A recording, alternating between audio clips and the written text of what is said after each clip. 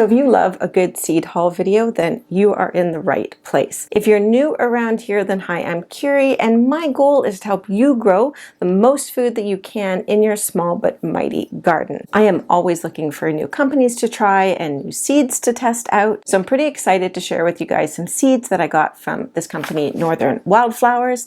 They are out of Sudbury, Ontario, so they know all about the cold that we deal with in our northern gardens. The seeds that they focus on are ones that are going to thrive in that type of environment. They focus on seeds that are going to have shorter days to maturity. I am very excited to share with you guys the ones that I got. Be sure to stick around till the end of the video where I have a little surprise to share with you guys. Let's jump right in. This is like the 20th seed order since January, after I said I did not and was not going to order any more seeds. And then this happened. It's nice to have some Canadian companies popping up. A lot of the seeds that we would get otherwise are from down south in the States. Seeds that are going to be grown somewhere where it's warmer and they have different pest pressures, they're not going to perform as well for us northern gardeners. Now, that's not to say they're not going to grow. They absolutely will. So one of the best things you can do is have locally adapted seeds. Ideally, those are going to be the seeds that you've saved out of your own garden. But barring that, if you can get seeds that if you're in the States are closest to your state, or if in your Canada, just some seeds grown out of Canada,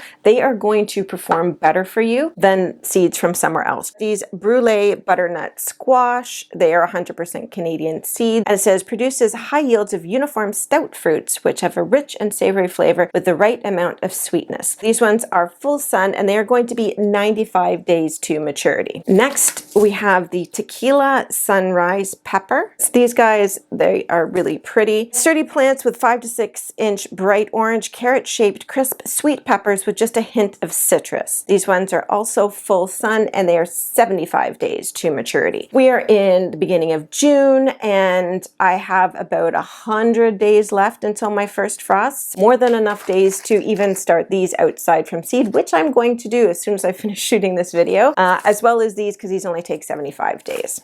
I'm pretty excited about this next one. This is a sweet Siberian watermelon, yellow on the inside. This one, another full sun, 80 days to maturity. I have already planted some of these outside. I will be showing the progress on some upcoming garden tours that I'm going to be doing on the channel. So if you're not subscribed, go ahead and subscribe so you don't miss out on all the fun in the garden this year. Next, we have the cool customer pickling cucumber. I actually started making my own relish last year from a recipe out of the batch cookbook. I'll put a link to it in the description. It is now a family favorite and I'm not buying relish anymore. So I need some pickling cucumbers so that I can make more of it for this year. These are full sun and 55 days. I actually need to put these in the sow outside category. I'm going to put these guys over here because I haven't started all of these because just life. Then I have this Seed Savers Exchange tomato, the Hillbilly potato leaf tomato, and this one is 85 days from transplant and it is an indeterminate tomato. If you're not sure what indeterminate means, pretty much it is a tomato that will keep growing until the frost kills it and you are going to get fruit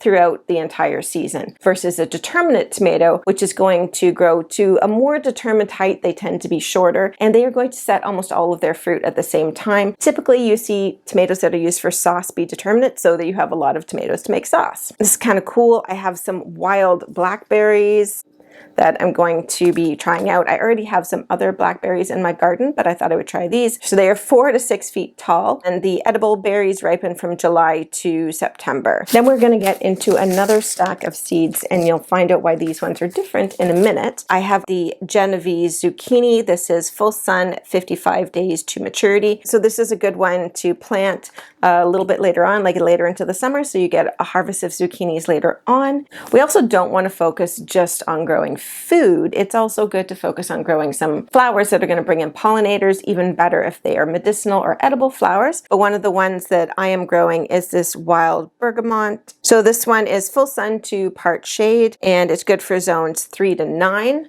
And this just looks like it's going to be a bee magnet, which it actually has the pollinator symbol down here. What else do they have? They have one showing it's edible and one that it is good for hummingbirds. And that's pretty cool because we had some hummingbirds around here last year and I definitely want to bring more of them in.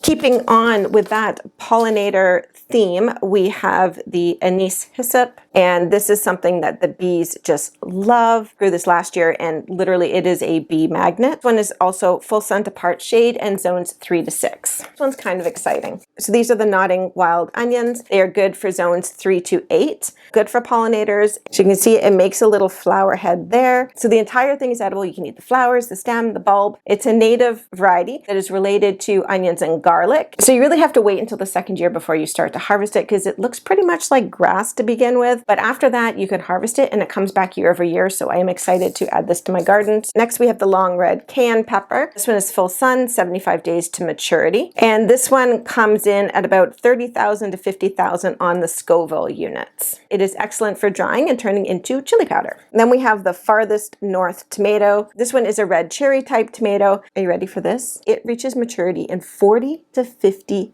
days. That is so short for a tomatoes. So these are definitely going into the go plant outside after this video pile, which is over here. Almost done, and we have some of this jester lettuce. It's really pretty. It's got like red flecks on the leaves. I have some growing outside in my green stock, and it is doing well, and it's just so pretty. It's bright green, crisp head splashed with red on semi-savory leaves, slow to bolt, and good for summer growing. This one is full sun, and it is 60 days to maturity. And then we have one of the ones that I'm probably the most excited about, and this is some wild lowland blueberries. One of my absolute favorite things to do in the morning is to have a blueberry smoothie, and I love to use the little wild ones. If you go and buy blueberries from a garden center or a nursery, you're typically going to be getting the high bush variety. So given that these are the low bush variety, as the name implies, they are lower to the ground than the high bush. They are typically going to take about 3 years before you're going to get fruit when you're growing them from seed. I find that the wild blueberries have a more rich flavor, so I'm pretty excited to get some of these started. Though it's important to know that they do require wet and cold stratification. What you can do to achieve that is you can mix some of the seeds in with some vermiculite that has already been pre-moistened and then put it into a little container with a lid on it, like some sort of Tupperware or something, and pop it into the fridge for about 6 to 8 weeks, and that should achieve the cold and wet stratification